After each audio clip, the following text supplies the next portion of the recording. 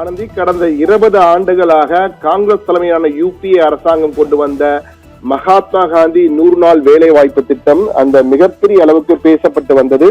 அந்த MGNREGA என்று அழைப்பார்கள், மகாத்மா காந்தி தேசிய ஊரக வேலை உறுதி திட்டம். அதாவது Mahatma Gandhi national rural employment guarantee scheme என்ற வகையிலே அந்த திட்டம் பெருமளவுக்கு பேசுபொருளாக பல தேர்தல் காலகட்டத்தில் பேசப்பட்டது. தற்போது அந்த மகாத்மா காந்தி தேசிய 100 நாள் வேலை வாய்ப்பு திட்டத்தை மூடு விழா நடத்துவதற்கு தற்போதைய பாஜக அரசு முடிவு செய்திருக்கிறது.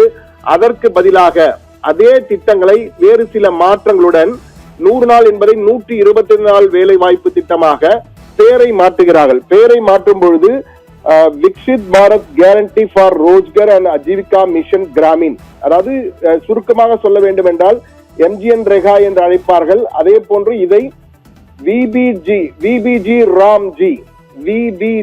Ramji Viksit Bharat guarantee Rozgar and Ajeevika mission Gramin என்ற வகையிலே இந்த திட்டத்தை கொண்டு வருகிறார்கள். இந்த திட்டமானது 125 நாள் வேலை தருகின்ற திட்டம். ஆனால் இந்த திட்டத்திலே பல மாற்றங்களையும் கொண்டு வருகிறது. இதற்கு முன்னால் இருந்த மகாத்மா காந்தி 100 நாள் வேலை வாய்ப்பு திட்டத்திலே கிட்டத்தட்ட 100% நிதியையும் மத்திய அரசு தான் கொடுக்கும். அந்த உள்ளூர் மக்களை கொண்டு வருவது போன்ற திட்டங்களுக்கு போன்ற செலவினங்களை மட்டும்தான் மாநில அரசுகள் ஏற்கும். மற்றபடி பெரும்பாலான கிட்டத்தட்ட 99% என்றே சொல்லலாம், 99% நிதி என்பது மத்திய அரசு தான் கொடுக்கும். ஆனால் தற்போதைய திட்டத்திலே மத்திய அரசு தன்னுடைய பங்களிப்பை பெருமளவு குறைக்கிறது. அதாவது 60-40 என்ற வகையில 60 மத்திய அரசு கொடுக்கும், 40% அந்தந்த மாநில அரசுகள் தான் கொடுக்க வேண்டும் என்று ஒரு முடிவினை எடுத்திருக்கிறது. இதற்கான மசோதாவை வருகின்ற குளிர்கால கூட்டத்தொடரிலே தற்போது நடைபெற்றுக் கொண்டிருக்கிறது நாடாளுமன்றத்திலே. அந்த குளிர்கால கூட்டத்தொடரின் பொழுது அதை அறிமுகப்படுத்தி அதற்கான மசோதா கட்டுக்கள் எல்லாம் தற்போது விநியோகிக்கப்பட்டிருக்கிறது உறுப்பினர்களிடையே. அதே போன்று பாஜக உறுப்பினர் அனைவருக்கும் ஒரு கட்சியினுடைய கொறடா ஒரு உத்தரவிட்டிருக்க, அனைவரும் நிச்சயமாக நீங்கள் நாடாளுமன்றத்திற்கு வர வேண்டும்.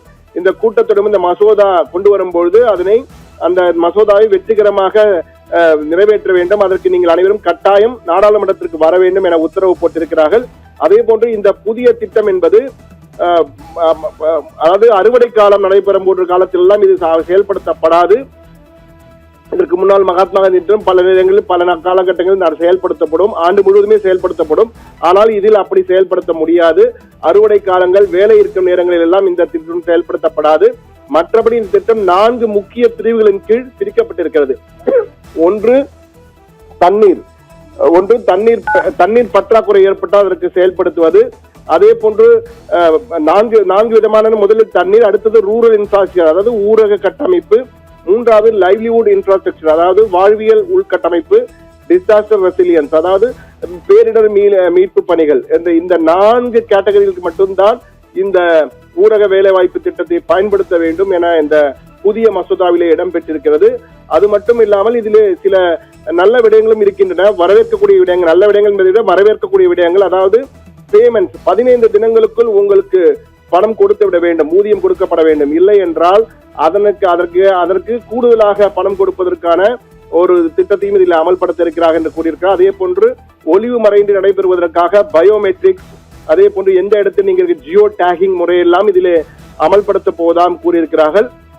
ஆனால் MGNREGA என்று அழைக்கப்படுகின்ற அந்த மகாத்மா காந்தி திட்டத்திற்கு 100% ஏற்கனவே கொடுத்திருந்தார்கள். ஆனால் இனி அப்படி இருக்காது, மாநில அரசுகளும் அந்த சுமையை ஏற்க வேண்டிய சூழ்நிலை வரப்போகிறது. இதை என்றால் இதற்கு முன்னால் நீங்கள் பார்த்தீர்கள் என்றால் ஒட்டுமொத்தமாக ஆண்டுக்கு 1,51,000 கோடி 1,51,000 கோடி ரூபாய் இந்த திட்டத்திற்காக ஆண்டுதோறும் மத்திய அரசு செலவிட்டு வந்தது. ஆனால் இனி இந்த நிலையானது 95,000 கோடியே 692 ரூபாயாக குறைக்கப்படுகிறது. 60-40 என்ற வகையில் குறைக்கப்படுது. எனவே பெரிய அளவுக்கு மாற்றம் வருவதற்கான வாய்ப்பு இருக்கிறது. எனவே இது மிகப்பெரிய அளவுக்கு திட்டத்தை கொண்டு வர வேண்டும். மகாத்மா காந்தி திட்டத்தை பதிலாக இந்த திட்டத்தை VB ராம்ஜி திட்டத்தை கொண்டு வர வேண்டும் என மத்திய அரசு தற்போது தீவிரமாக இருக்கிறது. இந்த குளிர்கால கூட்டத்திலே நிறைவேற்ற வேண்டும் திட்டமிட்டிருக்கிறார்கள். ஆனால் காங்கிரஸ் முதல் கட்டத்திலேயே கடும் எதிர்ப்பை தெரிவித்திருக்கிறது. ஏற்கனவே இந்திரா காந்தியை பிடிக்கவில்லை என அவர் பெயரை மாற்றினார்கள் பல திட்டங்களுக்கு இருந்து. அதே போல் நேருவையும் பிடிக்காமல் நேருமையில் வைத்திருந்த பல திட்டங்களை மாற்றினார்கள். தற்பொழுது மகாத்மா காந்தி நாட்டின் தந்தையாக இருக்கின்ற மகாத்மா காந்தியும் பிடிக்கவில்லை. எனவே அவர் பெயரையும் மாற்றுவதற்கு இந்த அரசு களமிறங்கி விட்டது. நீங்கள் திட்டத்தை மாற்ற வேண்டும் என்றால் 100 நாள் என்பதை 150 நாள் வேலை நாட்கள் கொடுத்து திட்டத்தை மாற்றம் கொண்டு வரலாம். பேரை எதற்காக மாற்றுகிறீர்கள், திட்டமிட்டு மாற்றுகிறீர்கள் என்ற வகையிலே ஒரு குற்றச்சாட்டை பிரியங்கா காந்தி, காங்கிரசின் முக்கிய நிர்வாகியான பிரியங்கா காந்தி நேரடியாக குற்றம் சாட்டியிருக்கிறார். நிச்சயமாக இது பெரும் புயலை கிளப்பும், எதிர்க்கட்சிகள் கடும் எதிர்ப்பு தெரிவிக்கும் என்பதில் மாற்று கருத்தில்லை. அடுத்து வரும் நாட்களில் இந்த மசோதா அறிமுகமாகும் போது நிச்சயமாக பெரும் அமளி ஏற்படுவதற்கான வாய்ப்பு இருக்கிறது. ஆனால் பாரதிய ஜனதா கட்சியை பொறுத்தமட்டிலே அவர்கள் என்ன சொல்கிறார்கள், 2047 வளர்ந்த பாரதம் விக்ஷித் பாரத் என்ற திட்டத்தின் கீழ் தான் இந்த புதிய திட்டத்தை கொண்டு வருகிறோம். வளர்ந்த பாரதம் வேலை உறுதி திட்டம், அதே போன்று வேலை உறுதி மற்றும் வாழ்வியல் கிராமப்புற வாழ்வியல் திட்டமாக இதை நாங்கள் கொண்டு வருகிறோம். அதனால்தான் விபிஜி ராம்ஜி திட்டத்தை நாங்கள் அமல்படுத்துகிறோம் என்ற வகையில ஒரு விளக்கம் கொடுக்கிறார்கள். எது எப்படி இருந்தாலும் இது வரப்போகிற நாடாளுமன்ற கூட்டத்தில் அடுத்தடுத்த நாட்களை பெரும் புயலை ஏற்படுத்தும் என்றுதான் எதிர்பார்க்கிறோம். ஆனந்தி, தகவல்களுக்கு நன்றி சண்முக சுந்தரம்.